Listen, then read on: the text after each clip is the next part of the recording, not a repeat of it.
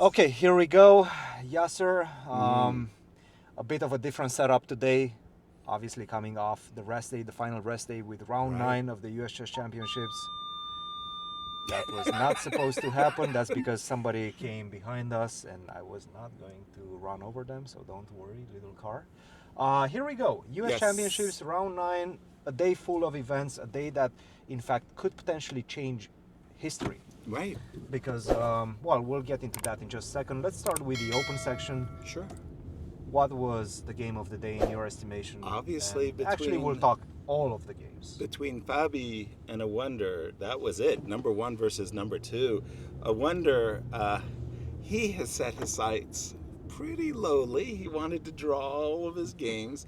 He's been thwarted, and he's actually successfully won a number of games, and he's in the number 2 position.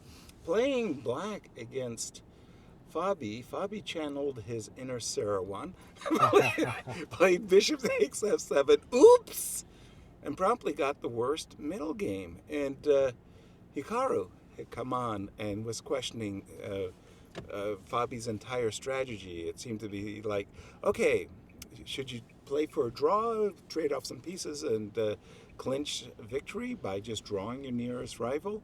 Or do you want to play with all the pieces on the board? And Fabi just didn't play a very good game. Awonder got a very serious advantage, and had he played the move knight c4, So Fabi was on the edge. I did catch up with Fabi after his game, and he said that after he played the move d4, he just wanted the game to be over. He was looking to force a draw. Exactly. He was looking for a bailout, and he almost found it, but in the wrong way with queen e4, because it was just not the right moment to bail out. Right. And that endgame was so painful. Yes. Awonder let him off the hook with that move c5. Yeah. c5 was not a great decision. Another game that, to my mind, was a huge turnaround. I still don't quite understand it. How did Lanier win? I mean, he did everything possible to lose the game early. He played f5 wrongly. Yes, he did. Yes, and then he followed it up really egregiously badly with the move d5. Yes. So it just seemed that Sam had different ways of winning the game and just calculated something that simply did not work. And Lanier just came back from the dead. It's almost ghoulish. But I want to say, even from a practical perspective, taking that rook on a8 just didn't feel like the right decision. Well, Kate just cringed when that decision occurred. Yeah, just very, very, very strange all around. They're like, what? What other results did we have? We had Mishra. Mishra draw against Levon. Not much happened in that one. It really just felt like a fizzle, didn't it? Yes, it did. Yes, it did. I think that's more or less it out of the open section. We didn't have a lot of explosive results. And of course, Robson versus Wesley. So that was a draw. Not much can be said from that. Dubov, Tarash. Right. Wesley equalized. He knew the opening very well. And it didn't seem like he had too many problems making the draw. At the very end, it was strange watching them play to the 50 move. And then... like Wesley, I guess Wesley likes playing chess. He does. Why didn't he just play king back to f6, king back to e6? Instead, he makes a decision to allow Ray to win the h-pawn. Must be a running joke between them, because they used to be roommates. Of course. At Webster University, very good friends. Obviously, they know each other so well. In fact, one of, I would say, consequential games for Wesley's career was against Ray Robson in the millionaire chess. He won $100,000. Yes, he did in that competition. I feel like Ray might have lost some wager where he was told that he was going to have to eat a shirt on the broadcast. Maybe we can edit that. Yes, that was a funny moment. He started munching away. So okay, Ray's chewing his shirt. Ray's hungry. I will eat my hat before I'll make dinner time. Right, dinner time. Ladies, let's go with a historic moment. Truly something. Well, we just haven't seen in this modern era. Carissa's 8-0 start. Fantastic. Today she was up against Megan. She got a very nice, actually dominating position with her knight on f5. Maybe she missed some chances to really put things away. Then she had a winning moment with this whole bishop takes e5, g4, queen h2. She didn't spot it. And then the next thing you know, it was just a second-rate move, a blunder, and then she was just lost. There was just nothing. It was I really want to give Megan props for the way she played today's game, because this was not an easy position. Look, I understand she got worse out of the opening. Right. But to be able to keep contact in terms of her clock management with a king on g6, not be afraid that you're going to get checkmated.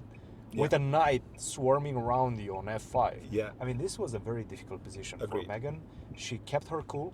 Yeah. She kept asking the right questions, kept asking Carissa to make the right decisions, which she didn't. Perhaps a little bit of that pressure got to Carissa, and Megan pounced on the opportunity at the exact moment.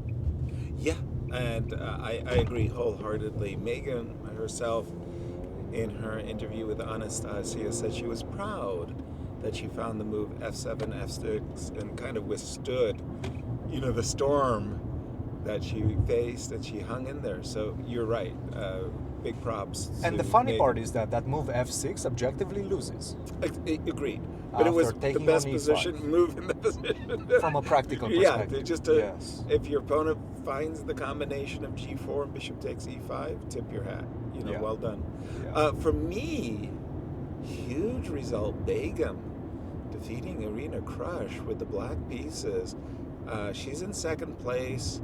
If Irina wins that game with the white pieces, the fight for the World Cup spot is, in full contact. And so a big victory for Begum.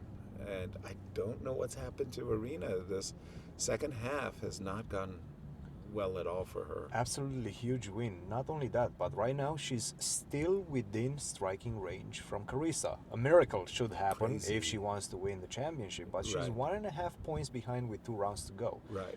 We really thought that Carissa has a great chance to clinch the title today. Of course. With 2 rounds to spare. She lost Begum, which was her closest competitor, won her game with 1.5 points going in the last 2. It's not going to be easy, obviously. No. Begum still needs to win all of her games, but at least she gave herself a shot. Exactly. For me, Anna Zatansky must be forlorn. I mean, it's like, oh my gosh, what do I have to do to win a game? Anna, has had, I want to say, decent opportunities. And today, the biggest opportunity of the championship was just given to her. She plays knight g5 and literally wins the f7 pawn for free. Yes. In a position where there's a backward pawn on e6. Arguably the most important pawn in the position. Exactly. And even this, she doesn't win. And it's just like, and on that note too, she almost put herself in a position where Alice could potentially win the game. So it's just not been a tournament that Anna will. It's all about her clock management. Even with 2 moves to go before they agree to a draw, she had a winning position if she plays f4 at the end. Right. That's so. Oh dear. Not. And for Alice, okay, that was a very, very big reprieve, and Alice is going to have some big games ahead of her. Carissa in the last. That's the game. big one. Yeah, that's a huge as one. well. That's a huge one. I think that's more or less sums it up for us today. Except Jennifer. Jennifer against Tatev. Yeah, yes. Jennifer. I